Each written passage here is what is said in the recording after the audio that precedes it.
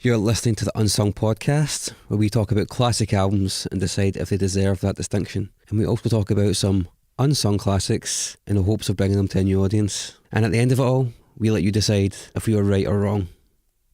This is the Unsung Podcast.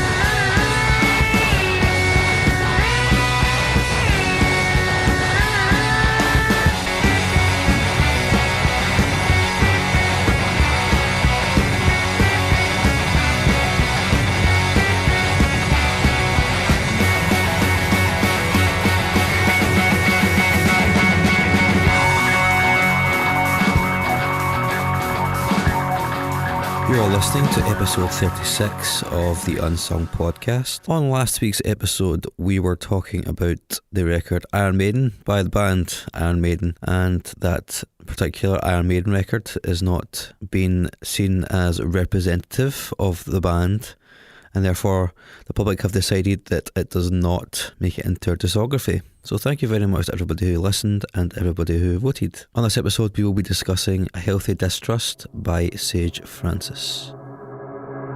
You are listening to the heartbeat of the Sage.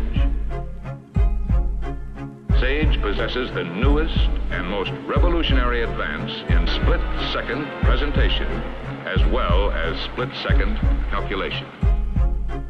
To protect the future of America, the defense technique... Hi, you're listening to the Unsung Podcast. I am your host, Mark Fraser, and I'm joined by two men whose pants are so tight they are redefining what the word moose knuckle means. Well, I was greeted by a topless man to the right of me when I entered his abode 10 minutes ago, and that was quite the sight. David timed it just right to get here for when I'd removed my shirt. It was getting kind of cold, so I'd had it off for ages waiting on him getting here. But I could attest to that. Eventually. So I'm speechless after seeing it. Sitting to my right is Glasgow's foremost Vladimir Putin body double. It's Chris Cusack. I've been working on my glutes and lats and my glocks, and you look really ripped, twats. But really ripped from far away. But you're right there. You just look like you've got a small body. I don't know. How's the horse riding coming along? It's a lot of acid. Sitting to my left is David Weaver, who, to compensate for Boris Yeltsin's body double.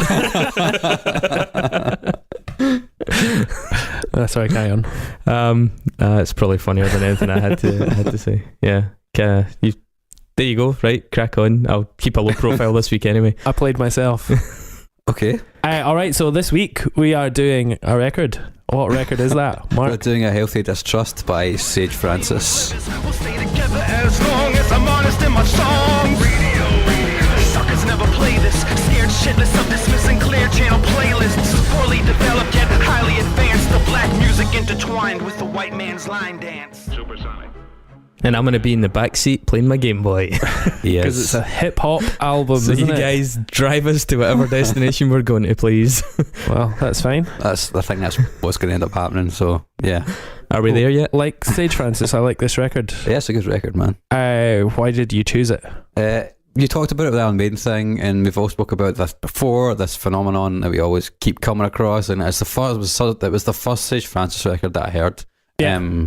I don't think he's written a bad album. There's some that aren't as good as this. All of them I don't think are as good as this.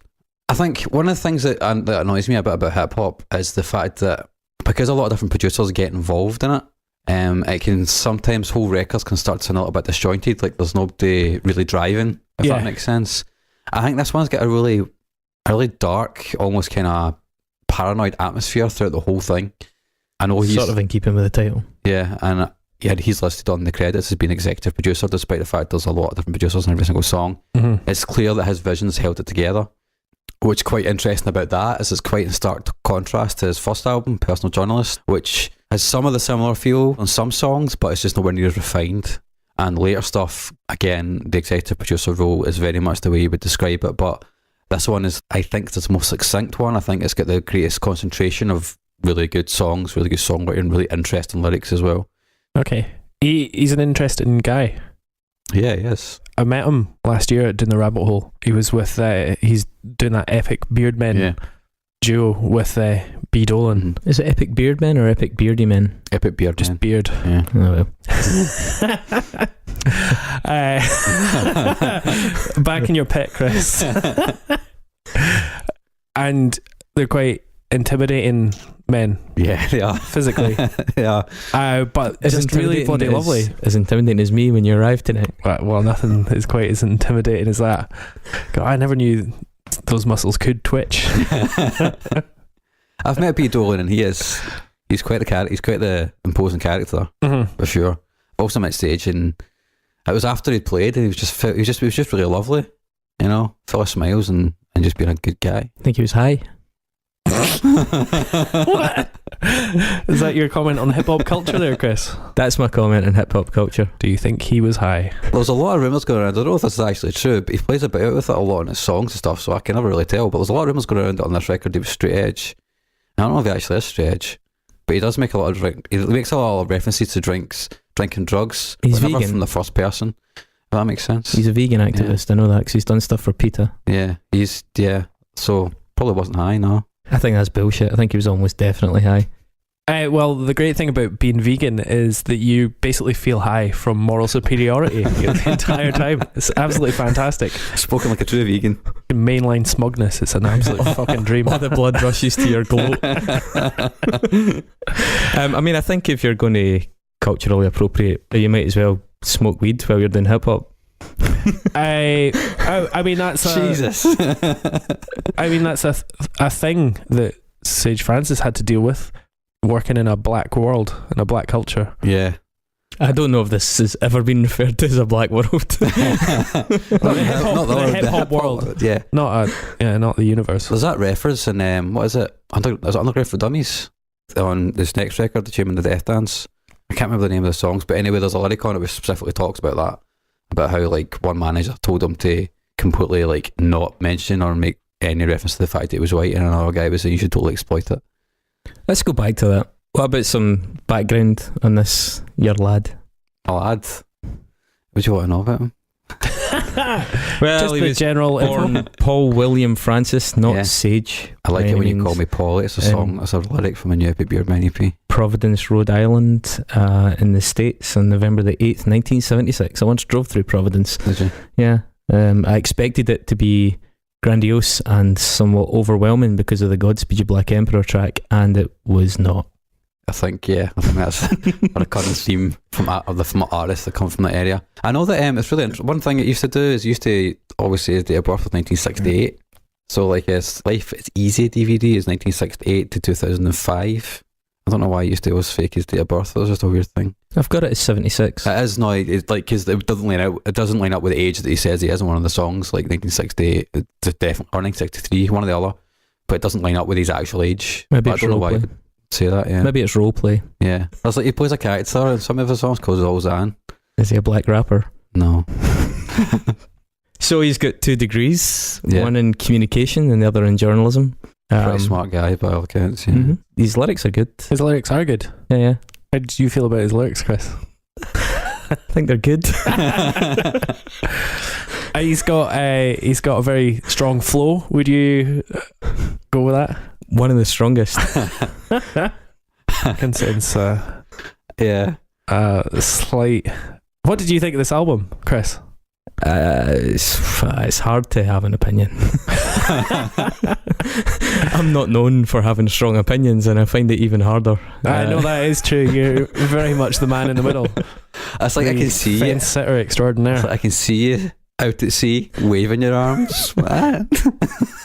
Go back to the last hip hop record that we talked about, and the last hip hop record that Mark brought Yeah, it was to the circle was yeah. POS. Mhm. What did you think of this compared to that? Because you really liked that POS record, and you were just kind of surprised by it. Yeah, I thought that was a lot more interesting. In what way? The instrumentation seemed more creative. I don't really have much of an ear for flow, but I did naturally enjoy listening to it more. I felt it was a little bit less heavy-handed with lyricism at times. I think sometimes Sage Francis is just too on the nose, or he's just totally over eggs the pudding. It's just not to say he doesn't have really good moments, but somehow it really doesn't work for me.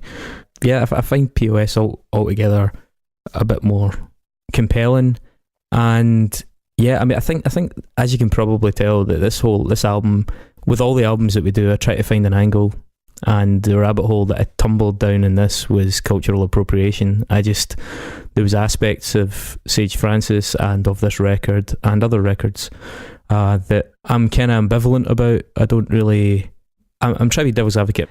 I don't know necessarily how I feel about it, but I know that I have a feeling about it that I'd like to maybe explore a little bit. Mm-hmm. I think it's an interesting subject. But yeah, it's alright. I will almost certainly never listen to them again. Okay. This was the record that got me in hip hop initially. The only hip hop I'd really listened to before this was Eminem, Dr. Dre.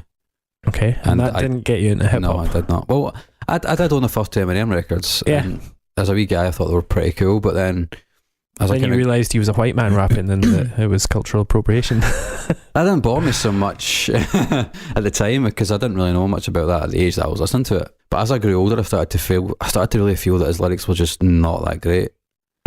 And as I got more into, reading books and just generally taking a degree in literature, I was like, this guy's not really got it for me. I can kind of see what Chris is saying in terms of some lyrics being in the nose. I think a lot of hip hop artists do that. Whether it's knowing or not, I'm not entirely sure. Probably isn't, but I think a lot of artists do revert back to kind of type almost when it comes to the lyrics, and the kind of phrases or patterns of rhyming that they kind of keep coming back to. It happens over and over again, and even a lot of my favourite hip hop artists do it. The only exception maybe to that rule is maybe Aesop Rock, but his flow, if you want to put it that way, is like, here's a fucking white guy talking about hip hop. I feel extra white just now. Hey, I'm fucking DJing a Kendrick Lamar after party tonight. So if you want, this is white men doing things they shouldn't be doing. I'm basically transparent right now. Yeah. But for me, I don't know, this record really brought into the paranoid atmosphere of the music that I was trying to get into at the time. It's a very political record. Yeah, I think I was it's into that at the time. Yeah. All for the sake of military recruitment. If fella can state the way they targeted the students, I galloped off whistling Ohio. The rest of them stuck doing stand-up at a cricket convention. Who would they die for? It's funny. He said it. He described it as a political record and said it was a bit reflecting distrust of the government and big businesses. Yeah, it's properly post 9/11 stuff. Like, it's very much of its time. Yeah, it's anti-Republican, but it's like anti-Bush Republican. It's funny you should mention the post 9/11 thing though, because the track Makeshift Patriots really was his breakthrough. Yeah, which was came out exactly a month after September 11th, October 11th, 2001. I hang myself at half mast. Makeshift Patriot, the flag shop is out of stock. I hang myself at half mast. It's the makeshift, the Patriot, the flag shop is out of stock. I hang myself. That's an interesting one, I think, because it has some really, really excellent wordplay. It's got that line, "Don't wave your rights with your flags," is a really compelling and insightful and succinct bit of poetry. Yeah, it's like he's almost seen in the future as to what was about to happen with the Patriot Act and stuff at the time, and he kind of got it right there and then. Yeah, I mean, I just think it's also just a really great bit of writing. Although in that song itself, there's other lines that I find a wee bit more kind of problematic, where he talked about the American media casting a typically dark-skinned Disney villain, I think is the lyric, which is kind of like, well, it was him. It's not like the media have made Osama bin Laden. It's not like the media have falsely portrayed Osama bin Laden as the villain here. It's like, it was Osama bin Laden. He went on TV regularly and quite happily admitted it. So I think it's like if that's what it means. Yeah, but I mean, I think you look at the long-term, the media is not looking at the long-term build-up of jihadism and that's exactly what the song's about, though. I mean, the song is all about American foreign policy, and there's a lot of validity to that, but there's also a lot of kind of enabling bullshit around that as well. It's difficult to find a kind of tenable middle ground between the camps on that one. I don't think the line in it where he says, "We don't know who the culprit is yet, but he looks like this." They knew who the 19 hijackers were pretty early on, so it's like that kind of thing where he's swinging too far to the kind of, I don't want to use this phrase social justice because it's such a fucking so loaded now, but he's swinging too far to say it's like this. These are the guys who did it. I don't even necessarily think that's a relevant thing to bring up in that song. I get where he was going for, but I think it's sort of it was a big indicator of where a lot of his fan base was going to come from going forward. So I don't know, like that song kind of sits weird with me. I think it's relevant. It obviously it caused a huge splash.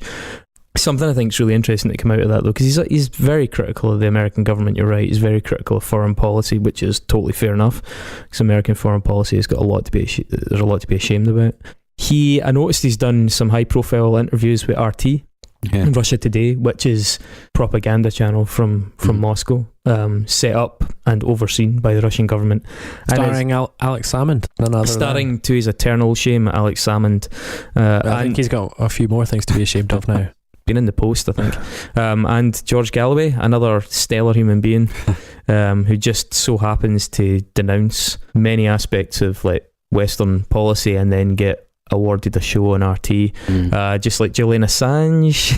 So like stand up guys, so quality people to be aligned with. And so I think seeing Sage Francis on it, I was like, all right, it was a while ago. It was before the reality of RT really set in. I mean, Frankie Boyle was on it. Yeah, I think people were just interested that it was a alternative voice. Was an alternative viewpoint, and it's encouraging to see that he's not been on it since, because RT is really pretty inexcusable to every bit the extent of the likes of Fox News. But anyway, what I was kind of curious about was like, why are RT interested in this guy? Like, why Sage Francis? And I think it's that self-immolating inward criticism that he directs towards the American government on the back of these. And I think, don't get me wrong, I think a lot of that's commendable, but I think it's interesting to see how it's rewarded by stations like RT when somebody does make such a point of criticising their own government. I don't think you'll get RT getting Kid Rock on for interviews anytime soon, but that was just a kind of, I'm just throwing that in there. I just thought it was an interesting thing, and I see it, but it is strange to see sometimes in retrospect what kind of bedfellows that affords you. Speaking of the song Makeshift Patriot, what did you think of Slow Down Gandhi on this?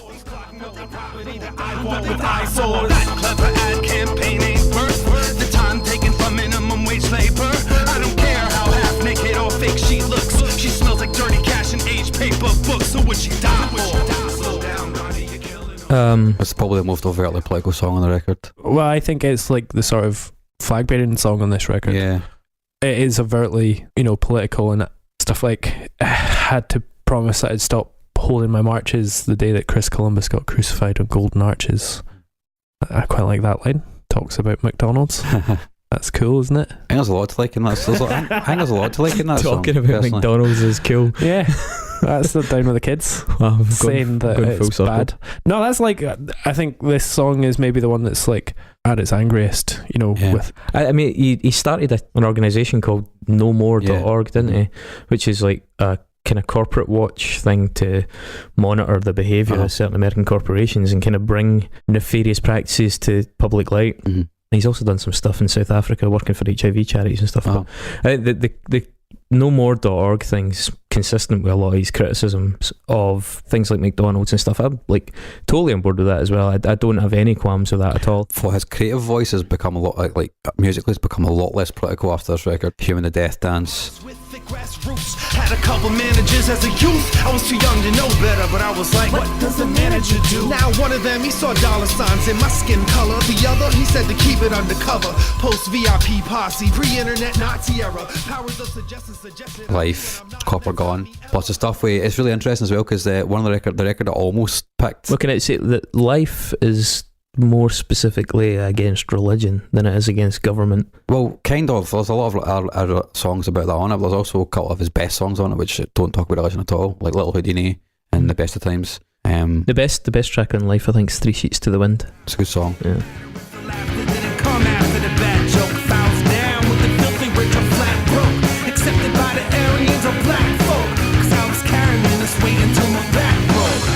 Trying to be no hip-hop god or rap scope, shooting to be a rock star like it's my that's an interesting record in terms of what he tried to do with it as well. Like, tried to get like indie musicians to come in and you get Jan Tiersen, who he'd always wanted to have in a song, Well, apparently Andy Colkin at Epitaph had been suggesting to him for like the first 2 or 3 records to try and use a live band, and he'd kind of resisted it. He only used wee elements, but then finally Real Life, they got, was it Caliphone is the alt country band that they got, and they'd one of the guys for Death Cab and one of the guys for Grandaddy, Chris Willard and what's the other guy? Andy. I don't know, but they were in the writing for it as well. Yeah. Actually, I think Life's a better record than this, if I'm being honest. I tried to go back through some of his catalogue. I found it more interesting. Although with all of the Sage Francis stuff, I'm just going to put this out there, I do sometimes get a bit of deja vu to a time back when I was listening to Fun Loving Criminals. Okay then. Laddie daddy. Free John Gotti.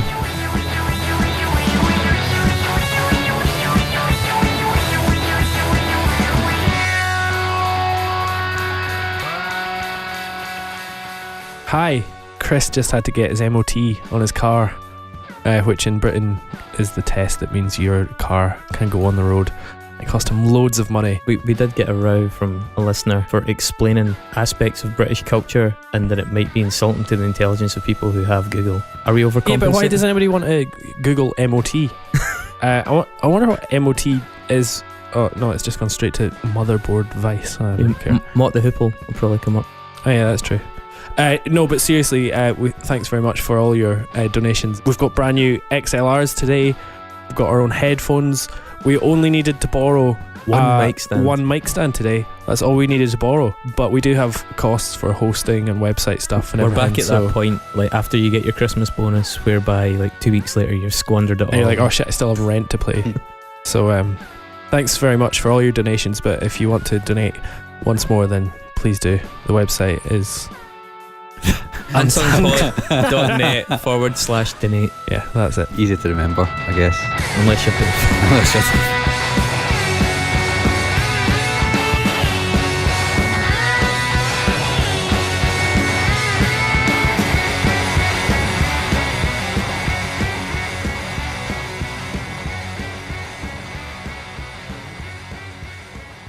I think when he was touring, when he was touring and Personal Journalist, he was touring with a live band. You can hear that on Road Tested sort of compilation. Bang, bang, boogie, up jumps the party. Always notice, bang, bang, boogie, up jumps the party. I know your name, in the hours after operate, I'll graveyard, ship my body way out the gates. And that's also, I think that's a joke that he makes on one of the songs as well. Started out with a live band and worked with turntables, and ended up just becoming a guy who would basically turn up to shows all by himself and just play samples, and just that would be it. Like CD player sort of shit. Like that's that on the voicemail bomb threat track actually on this record. Personal Journalist and it was hot. Yeah, it's not anymore. You're fucking bullshit. Fucking MC with a fucking CD player. Yeah, come to my town. Yeah, give me all your hackneyed clips about how you're gonna skull fuck me.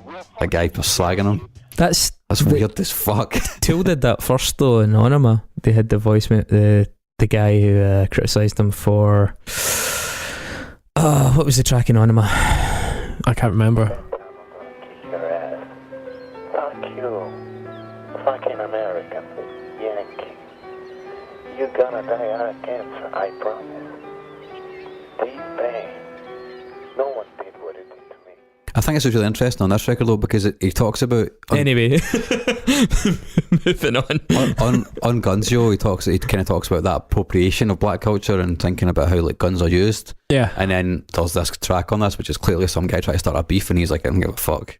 Gunsio is subtle as a brick. Yeah. At the time though, it was like, I was there, you know what I mean? And yeah, he was there. Mark was there. Mark was in the at the time, trenches. like when you see the mainstream hip hop that this is rallying against, fucking 50 Cent and stuff, and Eminem and all you're that like, stuff. Yeah, 50 Cent is a guy that's coming out and he's showing off, his fucking bullet wounds. He's an absolute fucking nugget. So this really is fucking high class shit compared to that. White splaining hip hop. Yeah, exactly. I think Sage Francis has a lot more in common with Public Enemy than fucking 50 Cent does. the production is pure. And his colour has nothing to do with it. Gunjo's, it's fine, it's good. By the way I hold it to the grill, a homophobic rapper, unaware of the graphic nature of phallic symbols, tragically ironic, sucking off each other's gats and pistols. I got more back issues than guns and ammo. I applaud the sentiment. Some of the lines in it was I've written one down. Unaware of the graphic nature of phallic symbols, tragically ironic, sucking off each other's gats and pistols. If you think about that in terms of people like 50 Cent at the time, and that's all you're seeing, that was a huge thing. Railing against that. Yeah, I know. There's a lot of songs on the record though which are a lot more fun. Like, can I ask a question, right? I'm kind of hypothesising here a wee bit, but so you said that this was the first hip hop you got into, yeah, right? Coincidentally, this is the first hip hop that Epitaph ever signed, yeah, as well as him obviously appearing on Bad Religion's album. But I'm guessing that was after you'd got into him. No, it was before. That was on The Empire Strikes First, which is the year before this. We've got to kill them and eat them before they reach for their checks. Squeeze some blue collars, make them bleed from their necks. Seize a few dollars from the people who sweat. 'Cause it's freedom or dead, and they won't question it. At a job site, the boss is godlike. Conditioned workhorses park at a stoplight. Seasoned vets with their 2004 that came out. Let Them Eat War. Yeah, which is a good song. So why was he the first hip hop artist to sign to Epitaph? I don't actually know. Like, I got into him because somebody recommended the record to me, and that's how I got into him. So I didn't know about the Epitaph thing until after I'd heard it. So Epitaph were actively looking out for hip hop artists of any ethnic background then? Possibly, I don't know. Just so happens honestly that the first hip hop artist was one of the very few successful white hip hop artists in the world. Very few successful compared to, I don't know, Eminem.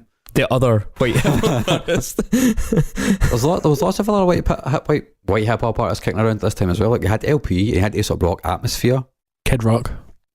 I guess. Yeah, and how many black hip hop artists were there kicking about at this time? So many. Exactly. One of them's playing next week, is it? Mars is playing next week. Mars, yeah. Look at you. He's look amazing. at this deflection here. So My point is that Epitaph, a predominantly white label doing punk and rock, managed to make their first hip hop signing a white guy. You can also look at it in the sense though that, like, he's a very punk adjacent kind of DIY kind of guy, always has been. So the ethos wise they kind of aligned. Okay. I'm just posing the question, man. I don't have an answer to the question because I honestly don't know. Can we go to the Nexus, by the way? Oh yeah, let's go to the Nexus. Let's go to the Nexus then. How's it sounding? Oh my god, the music. Okay, please, listeners, can somebody, I don't care how bad it is, can someone just submit something? Fritz, you'll do it. Submit something. You're musical. Yeah, do it. But for now, Here's this. Here's this.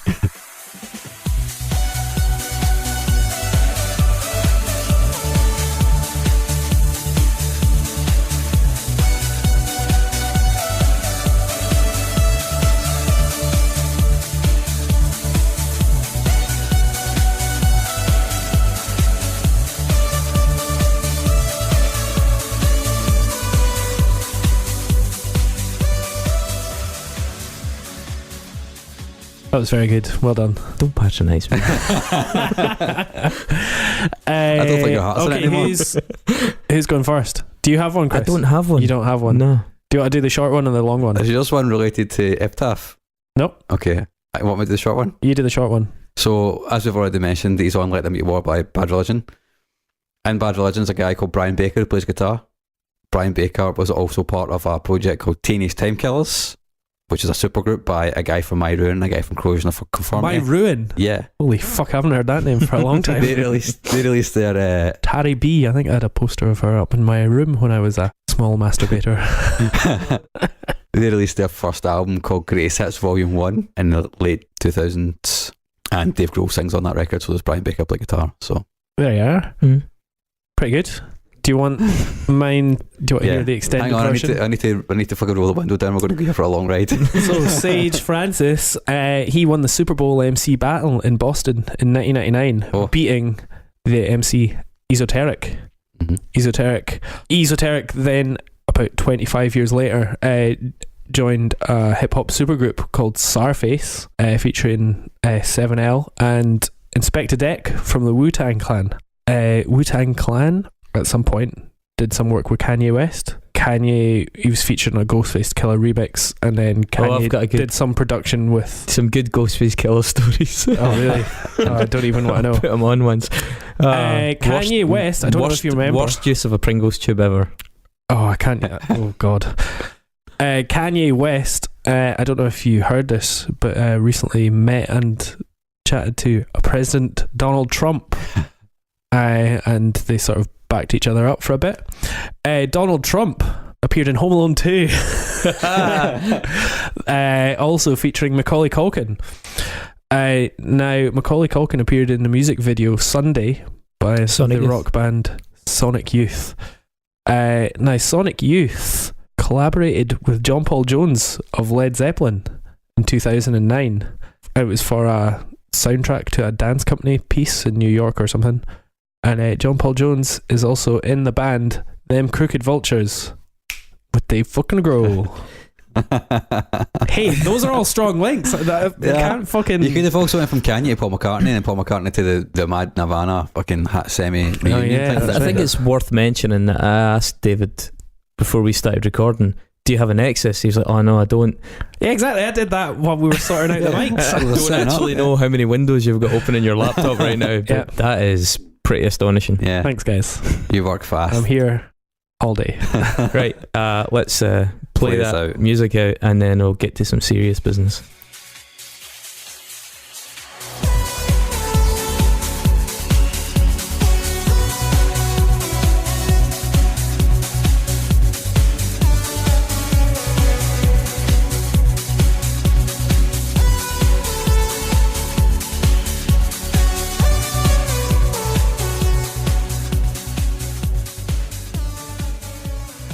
Is that better the second time? Yeah, I enjoyed that. So, Mark, why did you choose this over Hope, the Non-Profits album? Yeah, that was the one I was going to pick. That's a lot more fun, that record. So right? That's a record that Sage Francis did before this with Joey Beats. Yeah. So that was, we talked earlier about hip hop records maybe having that very diverse production on a record, but Hope just had one producer. Yeah.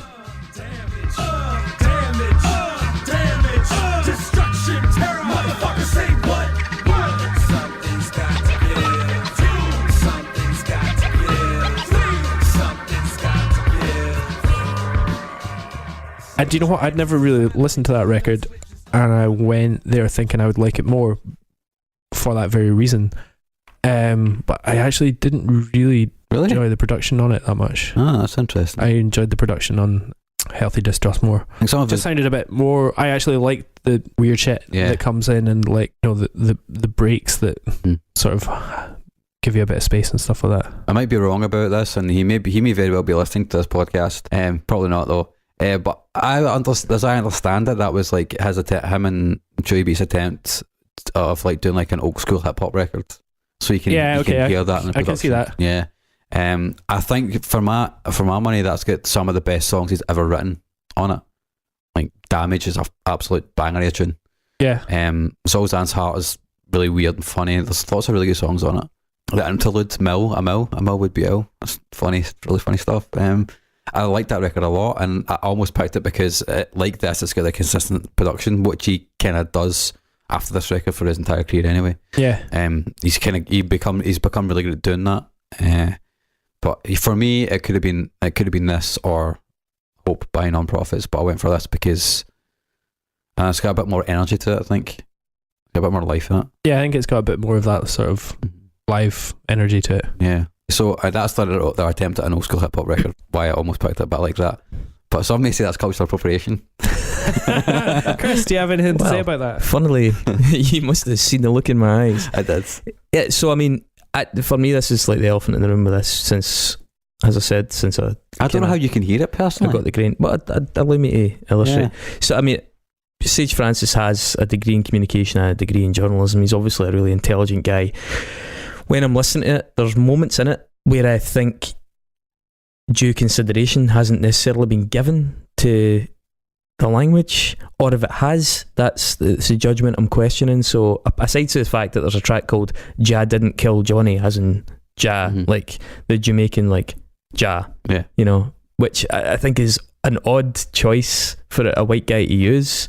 That kind of crosses the line into almost like ebonics for me. I think in the song Crumble he mentions slave labour, which I think is sort of slightly ill-judged. And when he says, like, even the use of words like crib, they just seem like really unnatural choices of vocabulary. I think that in the track Mullet, there's a lyric about made me not want to act white. So basically there was like just these little indicators, and I was like, man, I don't know how this sits with me. And as I said, I am entirely on the fence here, so I'm trying to be devil's advocate just to instigate a conversation about it, because I think it's worth addressing. Right, so I kind of looked into that a wee bit, and I wanted to have like a little bit of a more informed opinion on it. There's been a lot of controversies about cultural appropriation, obviously, for the last few years. Very sensitive subject. I watched a film called Blacking Up, hip hop's remix of Race and Identity from 2011. It's actually got Sage Francis in it, being interviewed. I thought it was a really interesting insight. Talks to a lot of members past and present from the hip hop and rap communities. They talk about the use of the phrases like wigger. I also had a really interesting interview with Vanilla Ice. But genuinely a really interesting interview with a guy where he was talking about, he broke through when he was like 16 or 17. They obviously manufactured the backstory for Vanilla Ice about being from inner city Miami to try and make him seem more legitimate. And that whole keeping it real thing. Have you ever seen that episode of Louis Theroux where he goes and tries to learn how to rap, and he goes down to the American South, and again with Master P, it's the guys he meets down there, it's all about keeping it real. When are you keeping it real? When are you not keeping it real? When are you actually going into character? Vanilla Ice described basically how the label were like, we want you to dress like this, and he'd refuse, and then they just incentivize it with huge checks. They'd be like, well, this is how much more you're going to get. And he'd be like, well, he's a kid, he's taking money. And obviously Vanilla Ice is a moron, but at the same time, there's a kind of corporate aspect to this. So that starting to look into that was interesting. Now, you mentioned 50 Cent earlier on. There was some really interesting reflections on the notion of blackface. So blackface started way back. Al Jolson literally shoe polishing his face up and doing this minstrel act, and obviously minstrel acts were quite a thing, and we had decades and decades of blatant appropriation of black music, up through people like Elvis Presley, one of the most famous examples, to Led Zeppelin. They're really guilty of it, Led Zeppelin especially, as they so frequently fail to credit the people whose work they'd appropriated. I think there's a whole Wikipedia page about Led Zeppelin tracks Plagiarism. And where they've been taken from and who's not credited on them. Custard Pie was a good example. The lyrics were taken from music by guys like Sleepy John Estes. Whole Lot of Love, a lot of the lyrics come from You Need Love by Willie Dixon, and I think they actually lost that in court and had to change the credit on it. When the Levee Breaks is credited to Memphis Minnie, who basically was one of the pioneers of rock music, a black female guitarist, but it doesn't include a credit for Kansas Joe McCoy, who I think was one of the initial writers of that.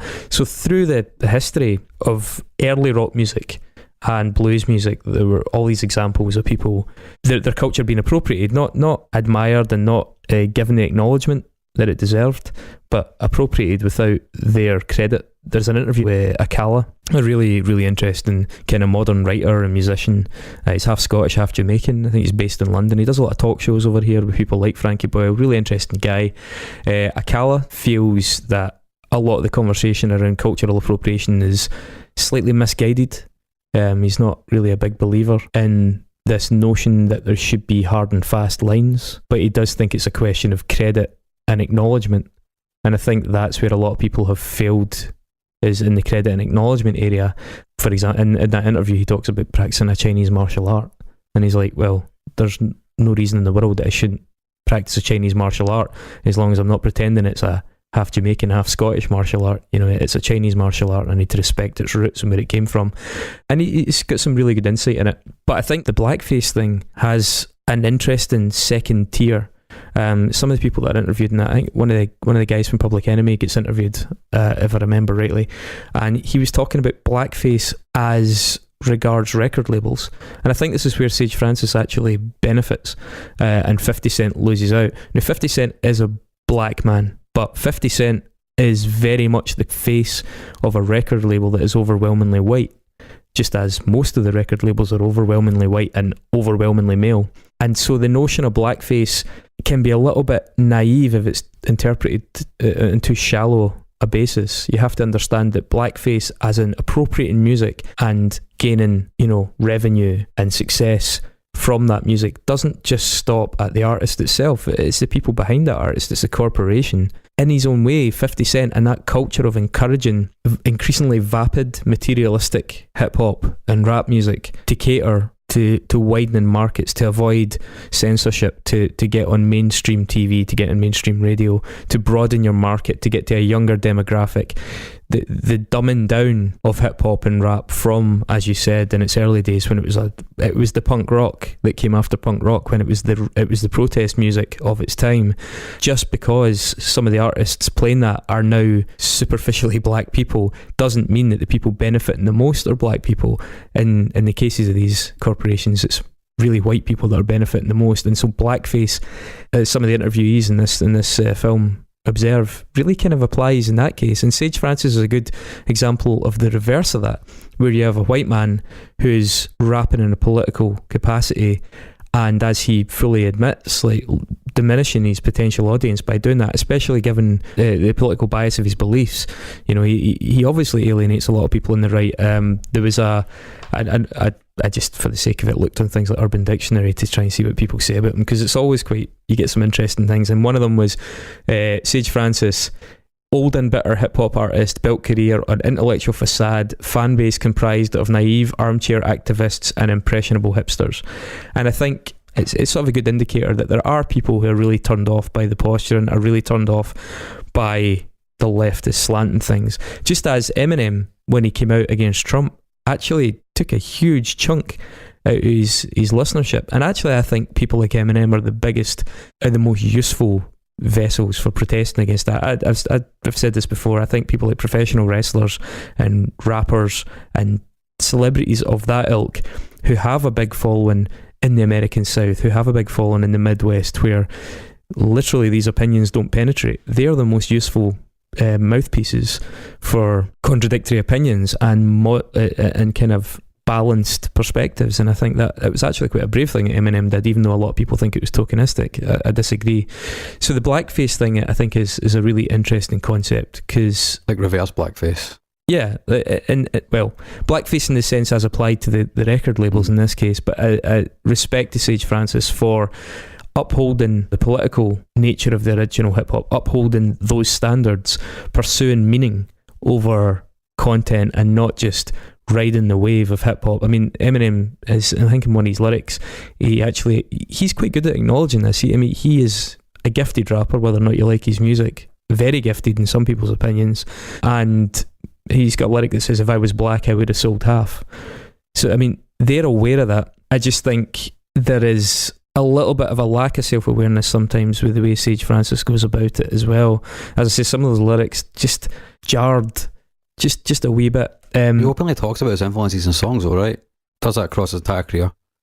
If you've grown up completely in spoken word and hip-hop circles, and you're going to end up adopting a lot of their mannerisms and language just to the very nature of it. Are you? From everybody that I know who's white that's a rapper, they definitely have, because they've been around that culture, because that's what they like. It's like the Moby thing, like you said, like during the Moby episode. He grew up in Harlem, so that music was just music to him, but didn't really matter where it came from. There was an interesting interview I read in The Fader from a couple of years ago with Mac Miller, who's a white rapper, and Vince Staples, who's a black rapper, and it was about race and rap, and a lot of it was them finding out about each other, because it was just the two of them chatting. And I think the agreement that it came to was that it wasn't necessarily, basically it was like you could get black rappers that were whiter than some white rappers, because it was all to do with culture. It wasn't to do with that fight. The finality of who these people were wasn't defined by their skin color. So like Vince Staples, are we talking about white people that rap or white rappers? Because it's a fucking difference. White rappers are corny. White people that rap, it's like, oh, that's what's up. You white, you rap. So, it's more to do with like the culture that you're embedded in, and then that how you do it that makes you worthy or not. I mean, and again, in that documentary, Blacking Up, there's perspectives from either side of that. I don't necessarily agree with that. I think that's sort of I think that's quite convenient and quite restrictive in its scope. I mean, as one of the people interviewed says, and there was so many people interviewed in that show, I've forgotten the names, but he says, as a white person, that's all very well, but once you start really experiencing police violence, once you start really experiencing discrimination, which is purely superficial, once you start facing death at gunpoint, then you've, as this guy put it, earned the right to adopt this vocabulary and this art form, which was really born out of struggle, which was really born out of rebellion. He's like, anything other than that, you're singing from a position of privilege where these adversities don't exist for you. No matter how much you think you relate to them, and no matter how much you think you grew up around them, you're looking on them from a vantage point where you're to some extent, and often quite an important extent, insulated from the So you are consequences. going on record to disagree with Vince Staples, a black rapper, who says, it's not all white people where I live at, it's not all black people where I live at, colour has nothing to do with socio-economic background, that's a different conversation. Without the Beastie Boys, there'd be no me. Well, I think, first of all, me quoting a black man is not me going on record as disagreeing with Vince Staples. That's kind No, I thought you were disagreeing with what I'm telling you what was said in this documentary by a black man. And yes, that black man disagrees with Vince Staples, another black man. All right, okay. Okay. I think that's a slippery slope, to be honest. And there's another, I mean, but at the same time, there's another interview in that where he said he makes the observation that hip hop is an expression of working class struggle. And he's like, and the majority of working class people in the USA are white. So, and that again is a black man making that observation. So I think there's so many different perspectives in this. It is complicated, but for me, on some of it, Sage Francis it's undeniable he is rapping from a position of advantage, definitely. It doesn't mean he can't say the things he says. Some of the things he says, like Jad didn't kill Johnny, talking about slave labour, the use of words like crib, I find that like slightly patronising when you consider this is a highly, highly educated white man. I don't know if it's really necessary. I think it's a slide past a certain point. When do we acknowledge that this is a black art form and he is a white man selling a black art form? When do we acknowledge that about rock music, though? Times have changed, right? I mean, hip hop's been going since the late 70s. To think of it as an exclusively black art form is, well, it's been proven at least over the past 20-25 years to talk about the case. So if you want to go back as far back as Vanilla Ice, I suppose we can. The Beastie Boys, of course, the late 80s. It's been around. Yeah, and as I've said, invariably what happens is, for white artists, head for head, they sell far more on average than black artists, which is not to say that some of the biggest selling artists haven't been black, but if you take the number of black artists versus a number of white artists and go head for head based on how much they're selling, it's something that we're very good at misappropriating, just as we did with rock music. I think it's exceptional though in the sense that there's not necessarily a vocabulary that's specific to rock music, or at least not now. I mean, Elvis Presley was using a physical vocabulary to some extent when he was dancing, and that definitely faded out. I think in this case, Sage Francis is using a literal vocabulary at times, which I think seems like an unnatural fit, and I don't know how aware of that he is. Maybe he is aware of it, and maybe he's just the right side of that line. I don't even know if there is a line. I'm just saying it's an interesting subject, and especially when you extrapolate it to the extremities of this being such a politicised and such a racially orientated art form, and he is an other within that environment. And I don't think there's any getting away from that. Like it doesn't mean he's invalid. It doesn't mean he's illegitimate or shouldn't do it. I just think there are obligations that go along with that. It's a factor. There's no point denying it. So basically, I suppose the overall kind of thing is that it creates a tension for you, which is hard to resolve. Yeah. It just jars me very slightly, especially on those specific occasions, and I'm sure there's more if I really wade through his back catalogue. I also think it's curious that he's the first hip hop artist signed to Epitaph, an almost exclusively white label. So if he was less socially outspoken and less politically outspoken, would it be less of an issue for you? No, quite the opposite. I think that's far more legitimate. It's just what you're socially outspoken and politically outspoken about, he makes pretty good use of that. He tends to talk about far more worldly subjects, or more recently, more intimate subjects. But as I said, there are instances where his use of words... I do think it's a very, very interesting topic. It's not one that I feel qualified to talk about. as a white boy sitting. You're qualified to talk about anything. I think that's ridiculous. But I don't want to talk about. I don't feel my opinion is valid in the public realm right now. Oh man, I think that's fucking madness. I think that's absolutely nonsensical. I just don't have enough to say on it. But it's not. I'm not educated enough. Right. If you're not educated, that's one thing. Although I would dispute that, man. I know you. I think you're coming at it more from a you don't feel entitled to comment on it, and I think that's bullshit. Of course you're entitled to comment on it. We're all entitled to comment on anything. Yeah, but I don't think the world needs my opinion right now on it. Well, here's us deciding to do a podcast. Yeah.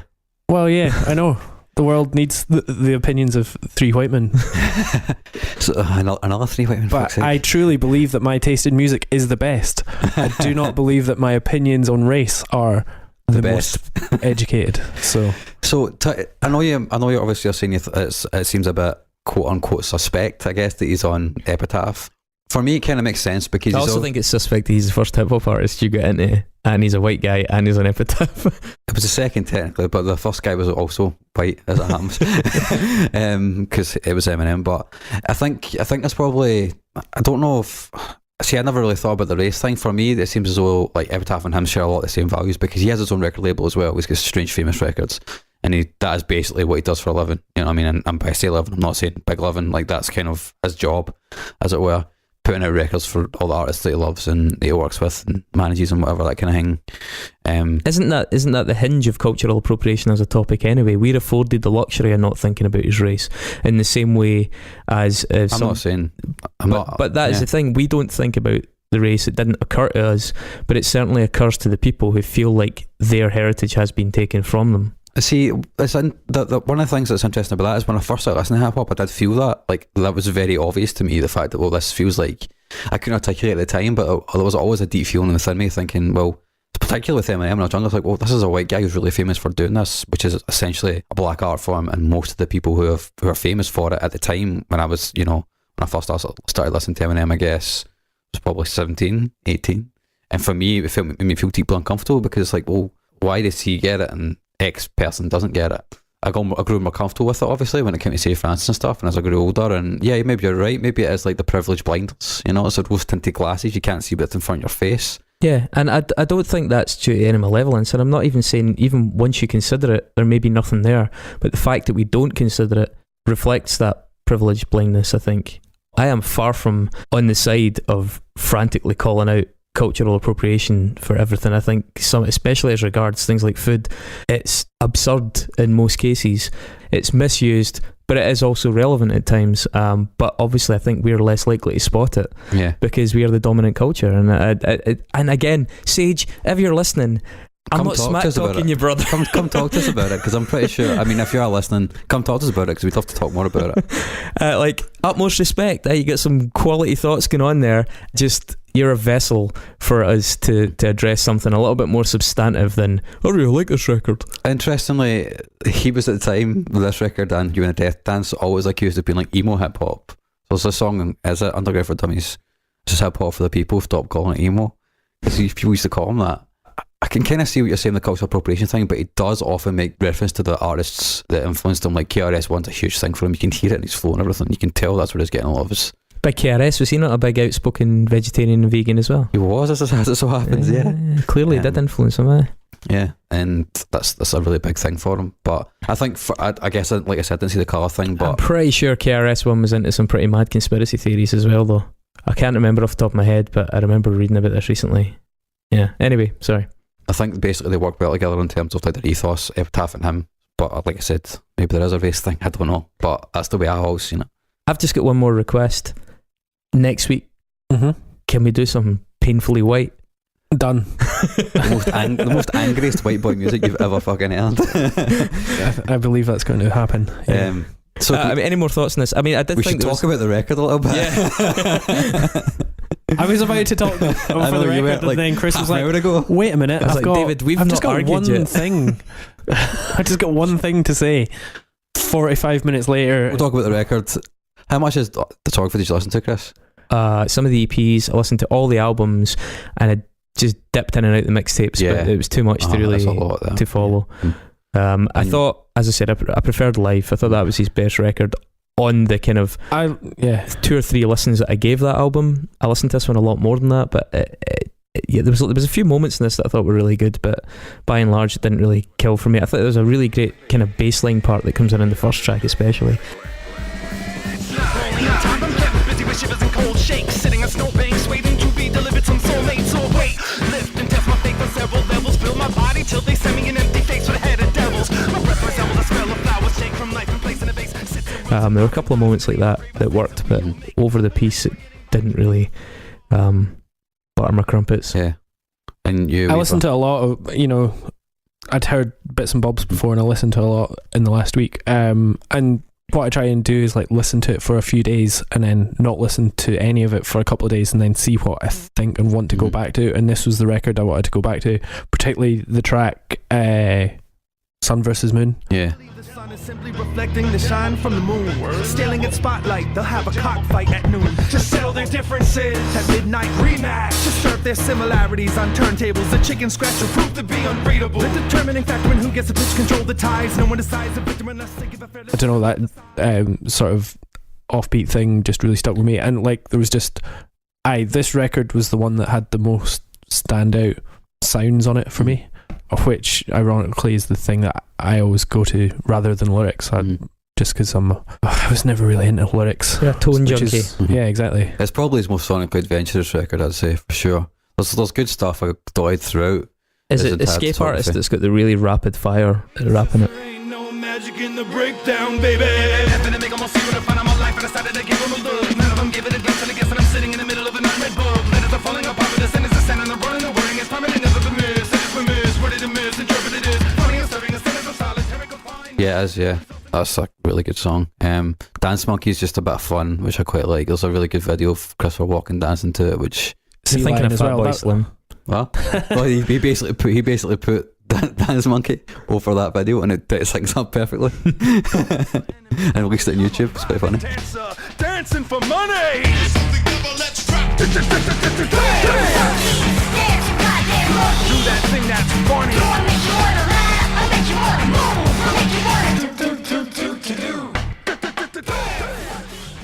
I really like the chorus in Sea Lion. I think that's a single, right? isn't it? Yeah. But I mean, it's a great song. Is that a sample, or did Will Oldham actually write that? I don't know actually. I wasn't sure. Sea lion laying down long, a song in the air, why should singer care when singer can be among songs? Ma, look what I did, Ma. Look what I did to my hands, bro. Yeah, that's a good song. I like Crumble. I like the way that builds up. It's quite an interest. It's like the most introspective of lyrically as well. It kind of But then it foreshadows gets really aggressive. everything he does, kind of more of his career as it goes on. Yeah. Any of your letters, they're just aged paper. Slave labor, you made me work for what I couldn't have. Diamonds cut, but coal burns and nothing lasts. Wonder why I saved your urn of ashes. I've got this insecurity box. There's a lot more of that kind of stuff on Human the Death Dance, and then it just kind of spirals. Copper Gone's got a lot of it. There's a song on Copper Gone called Make 'Em Par, which almost had me in tears when I first heard it. He just talks about his mental health and his depression and his cats, and it's just like properly powerful. For me, I like Ground Control quite a lot. Lie Detector Test's quite cool. Bridal kills it live. Absolutely fucking smashes it live with Bridal. That's really, really good to see live. For a summer fling, it's nothing like that sweet old song. Tip over root, the trees bend, the leaves blend in with the open moon, the freeze frames keep him warm. The day's frost is scraped off, the weight lost, the new sign that says keep off as he speeds off into the storm. Out of sight, the lightning strikes him. Slow Down Gandhi for me is probably one of the standout tracks, but it hasn't aged very well, particularly lyrically. Now it's whistleblower versus the pistol holder. Case dismissed, they'll lock you up and throw away the key witness. Justice is the whim of a judge. Check his chest density. It leaves much room for error, and the rest left to destiny. The West Memphis 3 lost paradise. It's death penalty versus suicidal tendencies. But yeah, this is just, I like all the songs on this record. I like all of his records, but this is the most consistent for me. I think he's a really interesting artist. As regards hip hop with a bit more going on intellectually, yeah, I dig that side of it. That side of it's, compelling. I just think musically, totally lukewarm on it. Personal Journalist takes more risks than this does. this is a lot safer in that regard, but this is also him finding a sound that he kind of ploughs for the rest of his career so far. And then he gets to the Epic Beardbend stuff with B. Dolan, which just came out this year, and it's just brilliant. It's really good live. Really, yeah. Well, I'd be happy for this to go in. I think this is the only option for Sage, personally. Yeah. And then Chris doesn't want any I'm gonna say white no. men in it. Yeah, we're trying to fulfill a quota in the canon here, so yeah, we need to keep the whitey out. No, I mean, I think I preferred Life as an album, and even then I'm not entirely sure I would put it in. I mean, I think if you were to compare this to POS, for me it's quite a gulf. I think POS musically is far more compelling, so no, I wouldn't put it in. Okay, that's fair. Well, the power is now in your hands, public, so please go on our Facebook page and vote. And next week, Honky as fuck. Yeah. I think I chose this record, but Yes. I've never seen somebody more excited than you about this record. Absolutely. I mean, I was like, yeah. It's Botch and We Are the Romans. It's taken me back. Romans. So if you like White very guys loud jumping music, about. then come back. Please go vote on our Facebook page. As I said, if you can, leave us a rating and review on iTunes, because they're always fun. We got a really good one recently. Apparently our accents are too strong. Who'd have thought? Hey, fuck, you're talking about me. Outfits are too strong. Wind your neck in, you mad bastard. Thanks, guys. Thank you. Bye. Holler at your boy. Holler at your boy. Life is easy. Holler at your boy. Holler at your boy. Life is easy. Holler at your boy.